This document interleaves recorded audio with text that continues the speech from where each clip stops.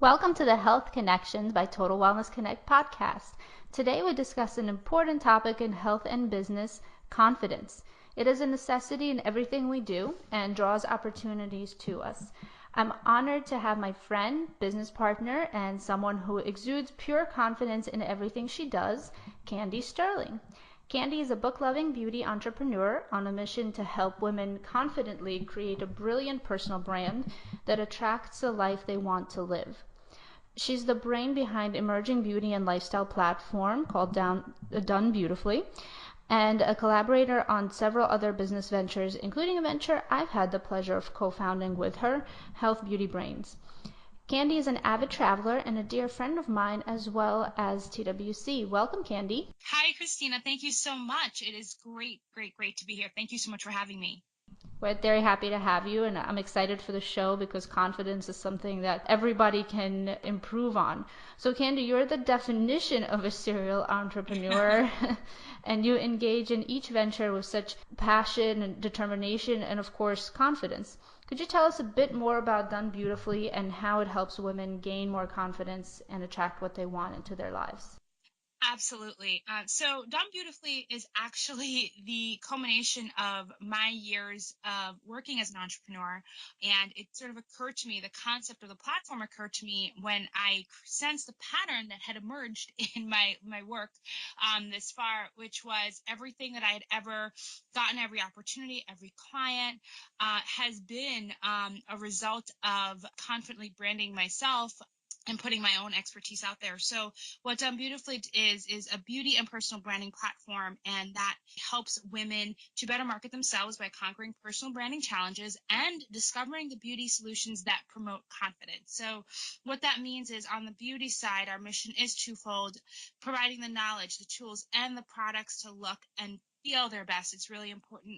We have a lot of customizable options for beauty out there, so it's not about fitting in any box. It's really about honoring who you are, your own individual beauty, and creating something that is a match for you. And on the personal branding side, it's really great because, and I'm really excited about that, is because I have marketing communications background. So to really hone in on personal branding is important because it's about giving knowledge, direction, making the recommendations for personal branding in the digital age, and also curating the experts who can help women get to the next level of their personal brand and of also of their careers, of their lives. So that's really what we're all about. So it's about taking who you are to the next level on many levels. Wow, I think that's so necessary. We have a lot of women out there right now, and men, I'm sure, but definitely women who are not as confident as they would like to be. Especially, it takes a lot of confidence to be in business, and it seems that it's shifting that way. More people are starting businesses. So what you're doing, I think, is very smart and definitely at the right time. Could you give us a little insight into the psyche or mindset of someone who is confident versus someone who doubts themselves quite a bit? How are they different? Absolutely. So the confident person, and I'm sure you've noticed this, it's really about their relationship with themselves. A lot of times that's what it boils down to. So confident people are very sure of themselves and sort of have this unshakable, invisible armor where even when in the midst of being of criticism or even just feeling like they're being challenged in any type of social situation or business situation, they're able to really hold their own, stay grounded, stay on point, stay on task, stay on their mission, which is very difficult to do. I mean, it's hard. It's something we always have to work on because anything can throw somebody off or shake your confidence, right? And also, it's about being comfortable and happy with themselves. It's about healthy self esteem. It's about the boundaries you set. It's about speaking your mind. It's about the presence that you have. So, that's some of the characteristics rolled into just how they think and the mindset of somebody who is confident. And we've all had, and I'm speaking very broadly, but, if you're self doubt, it's sort of one of those things where it's like it takes so much to get confident, but it takes so little to have doubts take over. So if a person who's more doubtful of themselves or less confident, they're less likely to go after what they want. And that to me is the real tragedy of really not fostering confidence, in others, because we're here for a purpose. We're here to live our fullest life and really realize, whatever it is your dream is. So confidence can really be the root of that. My tagline is getting what you want starts with getting confident. So when it comes to the confident person, I really believe that they don't think, they know. Like, I saw a wonderful interview with J-Lo recently that popped up on my social media feed, and she was talking about how only you know what you're capable of. No one else can tell you what you're capable of. And to me, that was really powerful, because that's so true. Only you know, and that's part of that confidence that you carry. And so to me, that's what that looks like and feels like, to have that confident mindset and work with that on a day-to-day basis in your life. Definitely, and I know the interview that you speak of with J Lo, and I think that she's the poster child for for confidence, for sure. Absolutely. What part do you believe that awareness and really making the choice to be confident plays in achieving what you want, as well as, is it a learned condition, or do you really think that it's a conscious choice every time? It's a little bit of both, I think. When you talk about mindset, it's kind of hard to have that conversation without talking about the subconscious and limiting beliefs that we may not know are there. Basically, these are things that are just part of you, that the limiting beliefs, you carry them with you, and you don't realize that that's the way you're thinking until you sort of dig in a little bit deeper. And this is one of the reasons why I know a few wonderful people in the space. Mindset coaches are fantastic for working on confidence, because they really can use different exercises, and they're trained to identify those types of limiting beliefs. But so for me, I'm an immigrant, I'm a female, have a non-traditional career path, and often I have been in situations where the choice is to be confident or just, crumble under the perceived doubts of either myself or others. And it took me some time to realize, oh my gosh, these sometimes are completely made up in my head. And if for some reason, I perceive somebody said something and it does have some root and some truth, you have the power to shift that dynamic. And so this begins with understanding how limiting beliefs can cripple your confidence and fuel self-doubt. And also, just, you are in control. And so because you are in control, the way you present yourself, it just highly influences how others view you. And knowing that you can control this is just really having an awareness that is very empowering. So understanding what confidence and where it comes from is so critical, because it enables the person and the individual to not only attack the things that they can't see, or maybe those subconscious thoughts that they don't really know are there, but also to condition themselves and teach themselves to shift their mindset and become that person that is confident. And sometimes it's a little bit of both. So to answer your question, it's both. It's learned, and it's also something that's already with us. And some people, based upon, how you grew up, or where you grew up, or whatever influences were around you that shaped you as a person and shaped your character, can weigh into that. But absolutely, as an adult, and even, as adolescents, we have that control and that power to be more confident and to take charge of that. And so that's part of my mission, I think, is to raise that awareness that no matter what, you have that power and you can be in control. I hope I answered that question. Definitely. I think it's important for our listeners and for everybody to know that confidence is something that you can choose as well as learn, right? So if you surround yourself, like you said, with people that are confident, it's contagious. Would you say that? Absolutely. I have actually a really great story around this. When I was younger, I was 17 years old. I was watching like Miss World or something. And I think that year, I think Miss Cyprus won. And I was just fascinated by the whole thing. And so I decided that I wanted to do a beauty pageant myself. I had no experience, no training. And for those that don't know, the beauty pageant world is something that people, they start off, it's like anything like dance or sports, or, you start off when you're young and you're trained, and it's quite fascinating. It's a whole realm of just so much there. So I decided that I wanted in. I really admired just the elegance and the grace of the women. I admired that they had such strong stage presence. And I thought, okay, this is something that I should try out. So I signed up for my first pageant, and boy, oh boy, it was amazing because there's probably like 70 other contestants that year. It was huge. It was in New York State, and my God, they were so many of these young women were so confident, so sure of themselves. And also at the same time getting to talk to some of them backstage, they had their own like, oh, like I hope I do well on this. And they still had their own humbling attributes.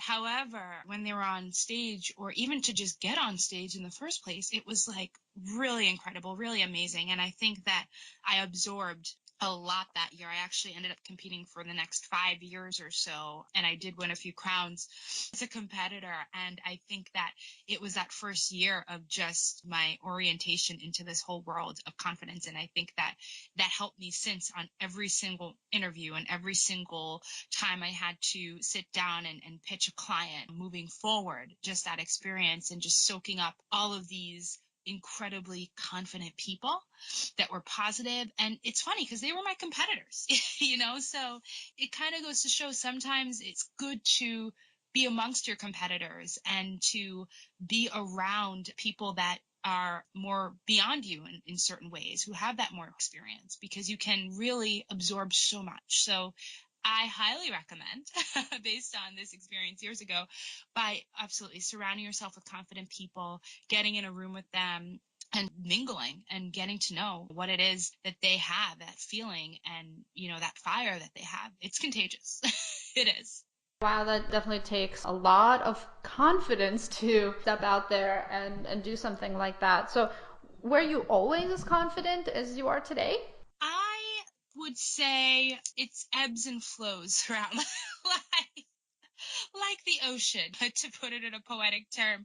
I think that growing up, I was always really encouraged by my parents to be, the be all you can be speech, which is great for kids because, you're like, yeah, I want to be an astronaut. And then, like, next week, you're like, okay, no, I'm going to be the first doctor to operate on the moon instead, like all these crazy things. And I think that's really good because the imagination is an important part of confidence, and how you can visualize yourself in the future or even in the present is really important. And so I think that I've definitely had my moments where I knew, wow, I really want to improve. I really should be more confident here, but I'm not. And so I'd recognize that. And then I say, okay, how can I work on this to next time, really be able to speak my mind and say what I want to say? And so I would say so. No, I wasn't always like this, but I've always tried to work on it and always tried to be better at communicating or holding my ground or setting those boundaries is really important. And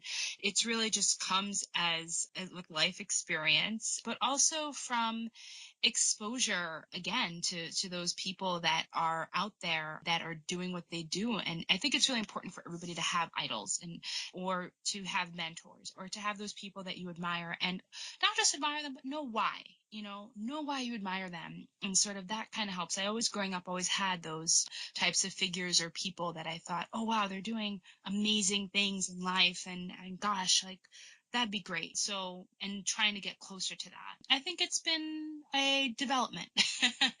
And it continues every day because we're always a work in progress. Absolutely, but every time I see you, definitely you're just such a confident and kind of sunshine of a person, if I had to put a word to it. So I think it's a lot of work on yourself. And I know for me, that's also a lot of people believe that we are so confident when we know that we have our own doubts, and it's just something that we choose to overcome rather than for that to overcome us, right? So there is a principle in increasing your confidence that's called external awareness. So not just being aware within our own little bodies and little world, but looking at ourselves from the outside and kind of analyzing the situation from there. Is this something that you use when you have doubts and kind of try to increase your confidence? Oh, Absolutely. I mean, to me, it's like the red lipstick theory translates to, being in beauty, right? You put it on and then you're like, okay, it's like your lucky charm. It's like you do something external or you shift on the outside to really do that on the inside. Absolutely. There's an amazing TED talk that actually talks about body posture and being confident, which I absolutely love. But I think that there's several ways that to me so wellness and fitness, right, I think is such an amazing pathway to fostering your confidence because there's science behind it, because there's a reason why you feel great after a workout. There's the chemicals in your body that are responding, and so that there's that immediate effect that people have afterwards, that, and that's sort of taking that physical, that's an action, you're taking the physical action, and then it's making you feel good.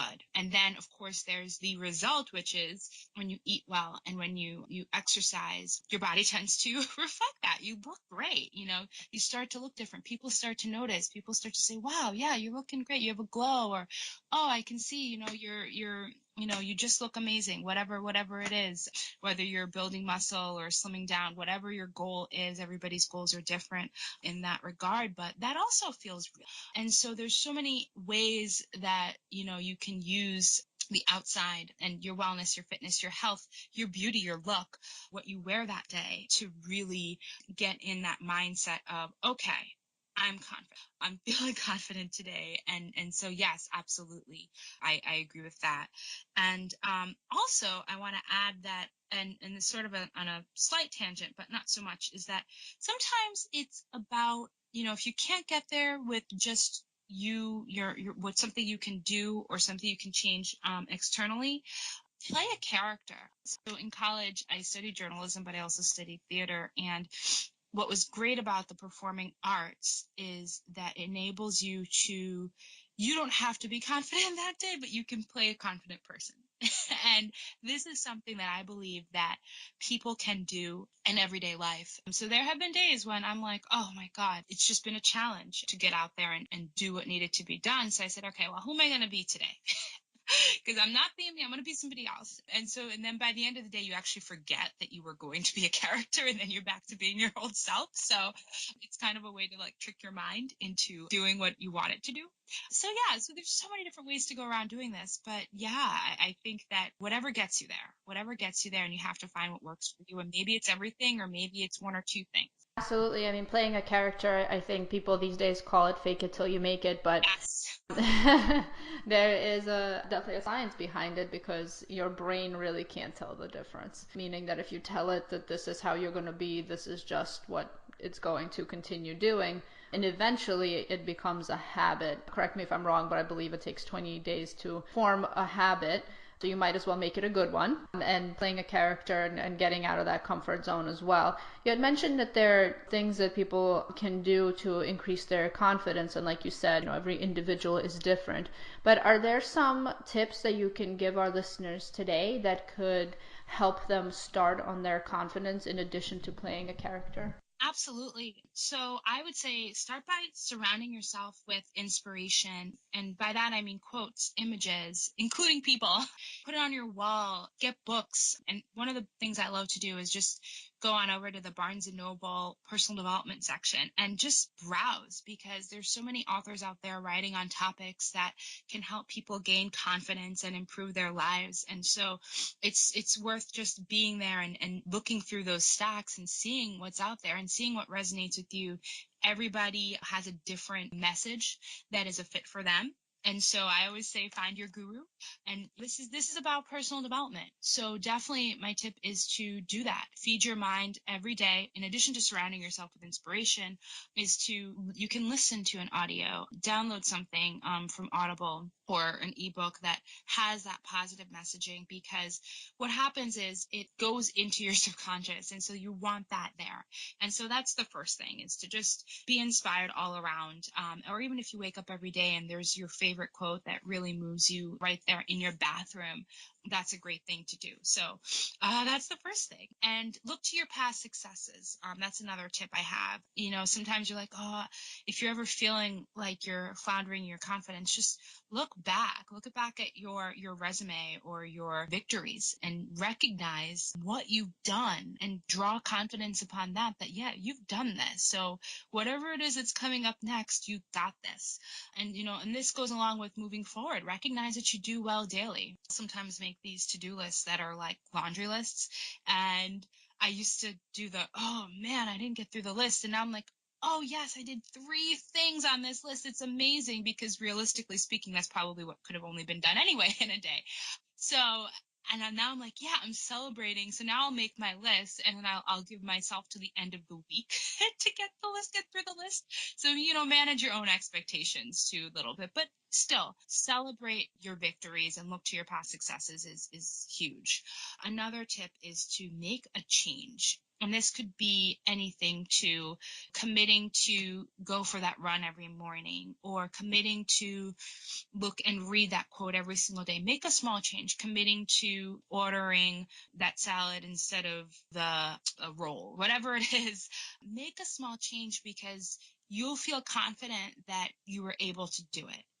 And little steps lead, to big leaps. I've always believed that. So sometimes if you can't move the mountain overnight, just go for the small fish and then build up from there. So any small change that's positive, that is moving you towards your goal, is huge. So to definitely do that. Another tip is, exercise and eat well. I mean, you'll look and feel better.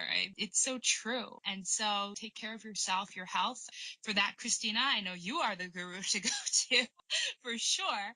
With all of your work in the health and wellness space has been amazing. So I would say that's really important as well. So those are some of my tips in terms of gaining confidence, and making it part of your lifestyle is really, really key to that. So those are some of my things. Oh, and finally, I want to add one more thing, is to fail with confidence as well as succeed with confidence. And so keep your head up. One of my favorite shows is Shark Tank. I love Shark Tank.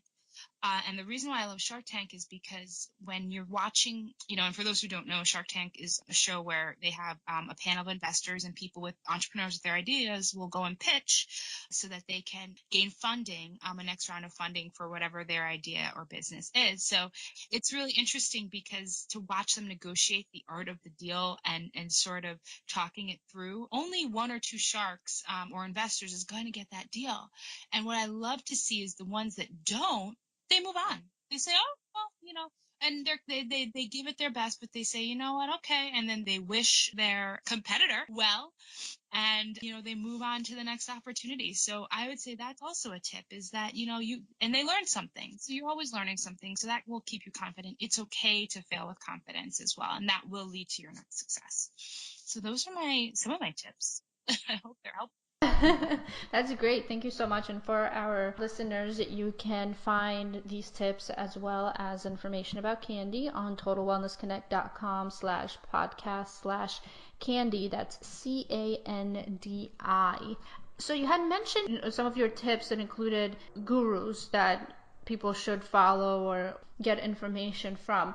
What are some of the people that you like to follow? Who, I should say. Absolutely. So I actually love a woman named Natalie McNeil. I believe she's based out of Canada, and she is the creator of a website called She Takes on the World. And I absolutely love what she does, is because she really focuses on creative women entrepreneurs and supporting them. And so she has a lot of her content is very mindset driven, about awareness, about a very holistic approach, I think, to business and to getting more done, achieving your dreams. I love her messaging. So I highly recommend Natalie McNeil. She does run a few programs throughout the year, the Conquer program, which is basically a coaching program. And so she works with women from all over the world. So I think she's fantastic. Another one I love is I absolutely love Carrie Green, who's the founder of the Female Entrepreneur Association, and she is based out of the UK. She's created a global membership for women entrepreneurs, and she just puts out amazing content on a monthly basis. And so subscribers can access her forums, her curated collection of experts in all levels of business. And what I love about what she does is she does a lot of goal setting workshops, and a lot of her content, she puts out a lot of positive messaging. So I think that that's really great and really fantastic. And I actually did meet one of the sharks in person. I met Damon John at a conference, and he certainly inspired me. His book, The Power of Broke, I have a signed copy. So I would definitely say I love his social media and following him, because he has a really amazing story as well to success and to confidence, and sort of beating the odds, and how he basically branded a pair of jeans and created a phenomenal company, that was unique and distinct. And so that's a great story. And his go-getter posts, they're all about keeping your head up, being dedicated, and also just being confident too. So those are some of the folks that I follow, and there's so many more. But those are a handful. Well, it's combining, the people that you kind of let into your life, even if they're virtual or indirect. What about the leaving people out? So I think, a lot of people kind of drain our energy and drain our confidence and really incite more doubt. What's your advice on putting it not politely, getting rid of those people? Oh yeah, I think that there is, when you're talking about confidence, it's like, yes, be happy and all this, it's like happy stuff. But then when it comes to protecting that, you have to be ruthless, and you have to trim the fat. There's no way around it. You need to eliminate those things. I mean, even on the most simple level on social media, to just eliminate those negative people that are making negative comments. You don't have to unfriend them on Facebook, but you can just unfollow. You have to protect messages that go into your minds, and we only have so much time here. There just isn't time. So again, it goes back to the relationship you have with yourself, understanding your time is precious, your time is yours, and you need to set those boundaries that say, okay, well, I'm only going to spend my time with these people, or I'm going to gently navigate away from a group of people. So a lot of times, it's not like you have to call somebody up and say, we're done and hang up the phone. Don't do that. Please. But you can slowly start to navigate away, not be available as much, because you're putting your energy and efforts elsewhere, is perfectly socially acceptable. And so again, it's precious. You only have so much time. You have to really, really be wise with how you spend it and who you're spending it with. So one of the things that's really important, I think, is to keep your circle fresh with confident people, with successful people. Always be, taking inventory, I suppose, of who you're spending your time with. And even when you're out there networking, just know that you have to be selective. You have to be selective with the people. Not everybody you meet is going to be somebody who you're going to end up working with, and that's okay. Or be somebody who's going to be part of your circle, and that's okay. It's perfectly fine. So you just have to know that, you don't have to, it's not your job to please somebody else with your time. And I think that when you have more doubtful people, they'll sort of be looking for that validation, or whatever it is. And confident people know, like I said, no, okay, I don't have time for this, and I don't need to apologize for it. So that, I think, is so important. I'm so glad you brought that up, because again, navigate away from that and navigate towards the people that you want to be with. And that's the best way to describe it, I think, of how to curate your own inner circle. Definitely. And, one image that I've always enjoyed is that in order for you to go further, right, you don't need somebody to kind of drag you back. And it seems harsh, but like you said, it doesn't mean that you have to completely cut ties. It just means that you have to really limit your time and know your boundaries with people. I think that's so important. There are people that you can make certain jokes with and others that just won't get it. So that's a good kind of example of that, meaning that you can spend a certain amount of time with them, but once you really start feeling your energy being drained or whatnot, you really have to protect yourself first Hmm. and limit that. And I saw a video on social media yesterday on Facebook actually talking about how when you're on the plane it tells you to first put the mask on yourself before you help somebody else. Yes, I love that. I think that that's a great example of you have to have your cup full before you can give somebody else a drink in a way. So just making sure that you are protected and that's your priority. It really is. I don't think that having a Superman or Superwoman complex is really healthy. It's, if anything, is going to drain you more. What do you think about that? I agree with that. I think that that's something that a lot of people, especially the people who are natural givers in life or have to deal with. And I find that also people that really have it together tend to attract the people that don't. And, they tend to attract the people that need that saving. And it's almost like after, if you've been doing that for 20 years or for however long, it's hard to break out of that habit because there is that guilt where you're like, oh, but I know I could help them. I possess the ability to be involved and do this and whatever it is. And one of the things that I had to get really confident at is saying no. And that was hard. That took work and that took a conscious effort to before I committed. Because I used to be the yes girl because, people would be like, oh, well, you know how to do this and that and this and that. So, and just because you know how to do something doesn't mean you should be doing everything for everyone with the skills that you have. That's not why you have them. So that took me a long time. And so I would look at every time somebody would ask me to do something, I would simply have to say, okay, I'd really assess it. I'd really say, before I said yes, I had to look at it. And then I realized, oh my God, I'm saying no. And I was so much happier because that made way for me to work on what I was passionate about, to work on what was meaningful to me. And I started to say no more confidently. And when they didn't get angry or whatever, they're like, oh, okay, and that's how that works. It starts to empower you because you're like, oh, I can say no. Wow, that's great. Oh, and then it's sort of like this discovering this new toy that you never knew you had in a way where you're like, oh, so I was just say no all the time because, and then when I said yes, because I knew it was right, it was just amazing. And it continues to be that way. But yeah, it's a challenge. But it's something that's really important to recognize that people who we love our givers, we really do. And so, but you have to give to yourself first and foremost. Like you said, you have to make sure your cup is full and your first priority is to make sure you are together and you have what you need to thrive because that leads to burnouts and it's hard to bring the type of energy. Being confident requires energy. It requires a positive energy. And so if you're burnt out, you don't really have that reservoir of energy to pull from. And so that can leave you feeling down and doubtful.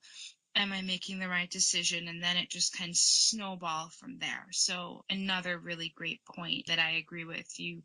You have to give to yourself first. And then from there, you'll be able to help other people, but on your terms. Right. And I think for women entrepreneurs, especially women entrepreneurs, it's also about saying no to charging less, right? Because at first, when we start our businesses, we're kind of like, all right, well, we'll just take on clients so we can kind of prove ourselves and so on.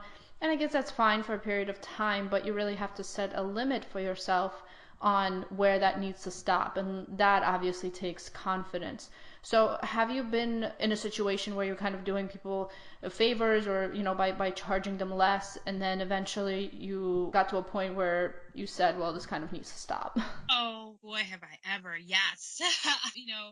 especially in the beginning. It was funny. I was just thinking about money blocks this morning. It's really great that you brought that up because you're right. I mean, it's confidence is so related to how you feel about your own time and your own worth and what you feel like your time and services and what it's worth to work with you. And absolutely, in the beginning, it's like there has to be a shift there, because I think when people hear that, oh, you have a business, oh, let me help you by giving you a little bit of this, it's like they act like they're doing you a favor by working with you. And gosh, it's such a terrible trap to get into. And so that you have to break that habit as early as possible, and not even break it, avoid it altogether, and say, oh, no, I do know what I'm doing. I have spent a considerable amount of time and energy putting this together, and this is the price, this is what we're going to charge, and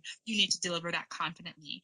Because for anybody who's ever been sold on something that you felt, and this is how I do it, I flip it around to myself and say, okay, what did I buy recently that was a little more than I normally would have spent, or or perhaps it's worth the value, but I didn't question the price. What were the conditions that happened in that scenario, in that situation, that made me, as the buyer, as the purchaser, as the client, as the customer, say, yes, this is worth it, and I am going to pay up.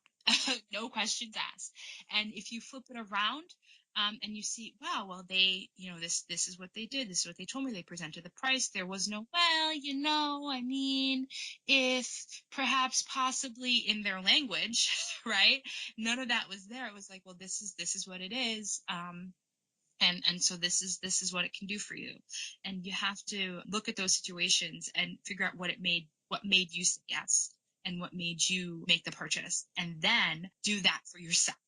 And do it confidently, because when you deliver your packages or your services with confidence, it only helps your business. And so it's definitely something that over the years I've had to work on, especially again in the beginning. People will come to you with projects. I did a lot of consulting work over the past 10 years, and people come to me with these projects they're like, well, it has zero to little budget, but I thought you'd be great for it.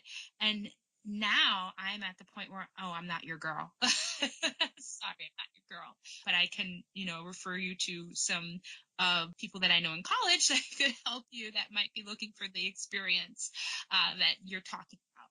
And so a lot of that has stopped, thankfully, because I was able to identify that, okay, you know what, you're no longer here, and so sometimes it's about identifying where you're at confidently, knowing that you've moved beyond that now, and sort of keeping track of your own progress, and knowing that you are worth so much. Great point, great question. And I think it's something that, moving forward, it's a topic we need to continue to talk about, especially with women entrepreneurs and charging what they're worth. Really important.